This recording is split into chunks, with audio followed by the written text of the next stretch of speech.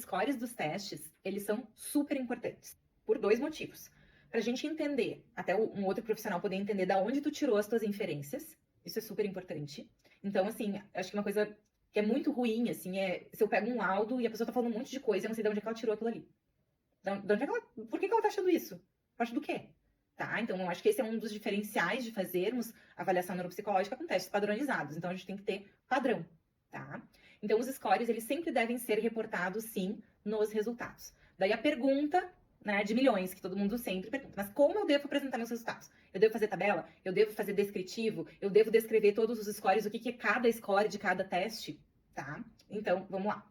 Fazer tabela é certo e escrever as inferências é certo também. Então, tá tudo certo. Ah, Nicole, eu quero fazer uma tabela e depois fazer uma interpretação. Tá certo também.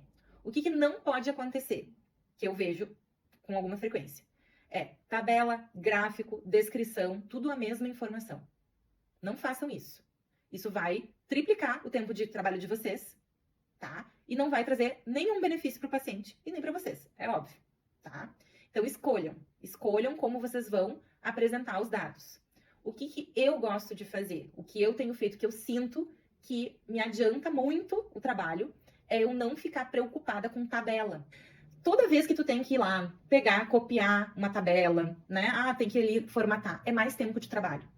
Ah, eu tenho que corrigir, tirar não sei o quê, ajustar sexo masculino, sexo feminino. Vocês entendem que é sempre um trabalho a mais. Então, assim, como eu faço atualmente? Eu tenho os scores e eu escrevo sobre esses scores. Eu faço inferências e eu referencio os scores. Eu acho isso entre parênteses por causa disso. Então eu uso essa dinâmica porque eu já vou raciocinando sobre o caso e eu já deixo aquilo ali numa coisa só. Eu simplifico o que antes eu fazia anteriormente. E eventualmente, se eu tô afim, eu faço também, tá, gente? Porque a gente pode fazer. A gente tem liberdade de fazer do jeito que a gente acha que naquele caso vai se encaixar melhor, tá? Antes eu colocava uma tabela para cada instrumento e botava uma interpretação. Então eu comecei a pensar assim, não, isso aqui tá me...